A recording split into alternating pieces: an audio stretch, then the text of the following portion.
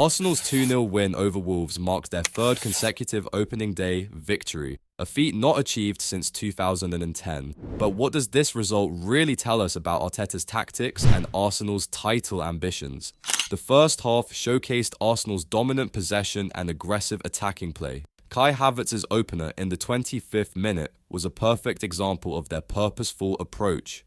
The German midfielder headed in a cross from Bukayo Saka, demonstrating the team's ability to create and capitalize on opportunities. Arteta's 4-3-3 formation proved effective, with Thomas Partey's deep role allowing Declan Rice more freedom as a box-to-box midfielder. This tactical setup gave Arsenal control in the middle of the park and provided a solid foundation for their attacking moves. Despite Arsenal's strong start, questions remained about how they would maintain this intensity throughout the match. Could they keep up this level of performance in the second half, or would Wolves find a way to exploit any weaknesses in Arsenal's game plan?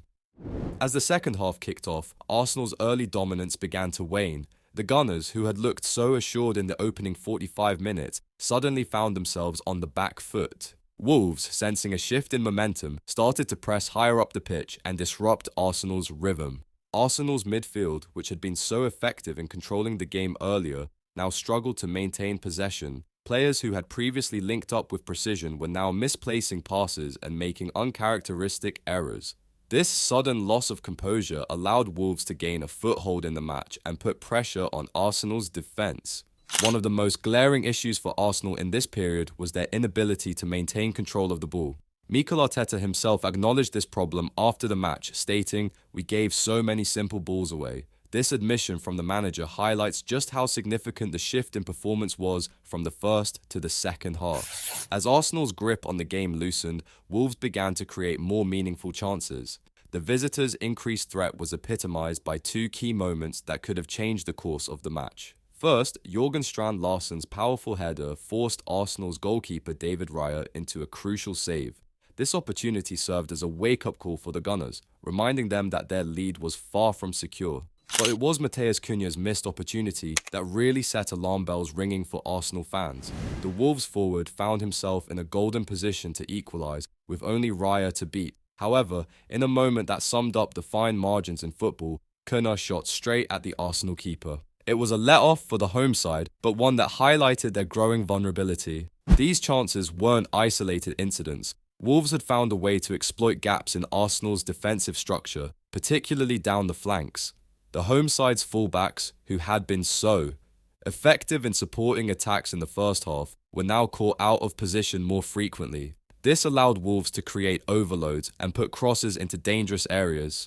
Arsenal's pressing game, which had been a key factor in their first half dominance, was now showing signs of fatigue. The coordinated pressure that had stifled Wolves earlier was becoming disjointed. This allowed the visitors more time on the ball and the opportunity to build attacks with greater ease. Perhaps the most concerning moment for Arsenal came from an individual error. William Saliba, usually so composed at the back, made a mistake that gifted another chance to Cunha. It was a rare lapse from the young defender, but one that exemplified Arsenal's second half struggles. Fortunately for Saliba and Arsenal, Cunha was unable to capitalise on this opportunity as well. As the pressure mounted, Arsenal's players began to show signs of nerves. Passes became more hurried, clearances less assured, and decision-making less confident. The fluid, purposeful play that had characterised their first half performance was replaced by a more reactive, defensive approach. The tension in the stadium was palpable. Arsenal fans, who had been so buoyant at halftime, were now shifting uncomfortably in their seats. The dream start was in danger of turning into a nightmare, and everyone in the Emirates Stadium knew it. Arteta, known for his tactical acumen, was now faced with a significant challenge. How could he help his team regain control of a match that was slipping away from them? The manager's ability to read the game and make effective changes would be crucial in determining the outcome.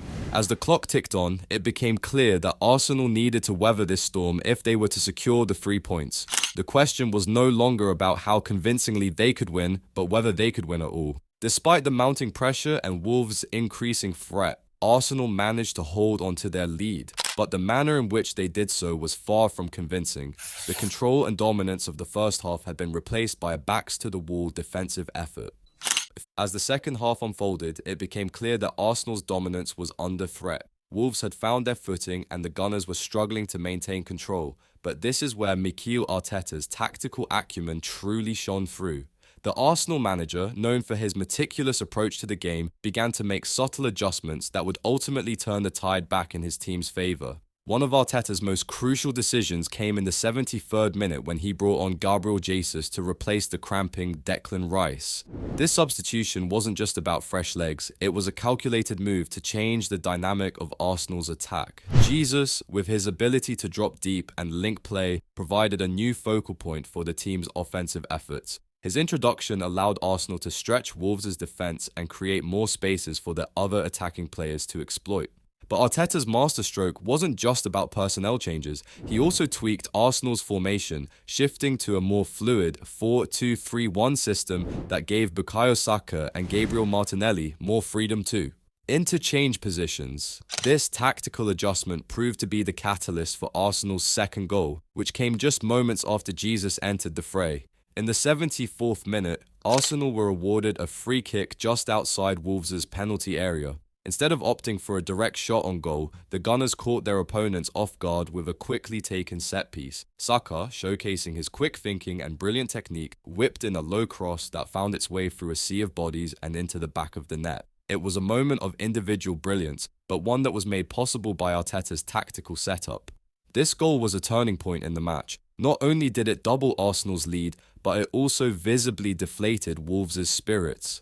The visitors, who had been growing in confidence, suddenly found themselves chasing a 2-goal deficit with just over 15 minutes left to play. The momentum had swung decisively in Arsenal's favour, and they weren't about to let it slip away again. One of the most impressive aspects of Arsenal's performance was the link-up play between Kai Havertz and Bukayo Saka. Throughout the match, these two players seemed to be operating on the same wavelength, constantly looking for each other and creating chances. Their partnership was evident in both of Arsenal's goals. For the opener, it was Saka who provided the assist for Havertz's well-timed header. Then, in a neat role reversal, Havertz played a key part in the build-up to Saka's goal. This connection between Havertz and Saka wasn't just about their individual talents, it was a testament to Arteta's coaching and the system he has implemented at Arsenal. The manager has created a fluid attacking setup that allows players to interchange positions and exploit spaces as they appear.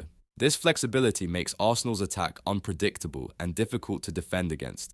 Arteta's influence on the team was evident in his post-match comments. He praised Saka's performance, stating, "Saka is unbelievable. There are not a lot of players like him on the planet, and he is still so young." This high praise underscores the importance of Saka to Arsenal's attacking strategy and highlights the manager's ability to nurture and develop young talent. But it wasn't just the attacking players who stepped up when it mattered. David Raya, Arsenal's goalkeeper, played a crucial role in securing the victory. His save from Jørgen Strand Larsen's header in the second half was a pivotal moment that prevented Wolves from equalising and potentially changing the course of the match. This save demonstrated Raya's reflexes and positioning, qualities that Arteta clearly values in his goalkeepers. Arteta's tactical adjustments weren't limited to attack and midfield. He also made subtle changes to Arsenal's defensive setup as the game progressed. The fullbacks were instructed to be more conservative in their positioning, providing better cover against Wolves' counterattacks. This shift helped Arsenal regain control of the midfield and stifle Wolves' attempts to build momentum. The effectiveness of Arteta's in-game management was evident in how Arsenal finished the match. After struggling for periods in the second half, they ended the game in complete control, confidently keeping possession and seeing out the victory. This ability to adapt and overcome challenges within a match is a hallmark of top teams, and it's something that Arteta has instilled in his Arsenal side. Arsenal's 2-0 victory over Wolves was a tale of two halves, showcasing both their potential and areas for improvement.